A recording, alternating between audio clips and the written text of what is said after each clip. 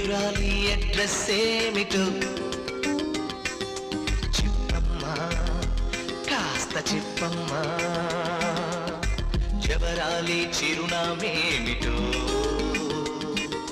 చెప్పమ్మా, కాస్త చెప్పమ్మా.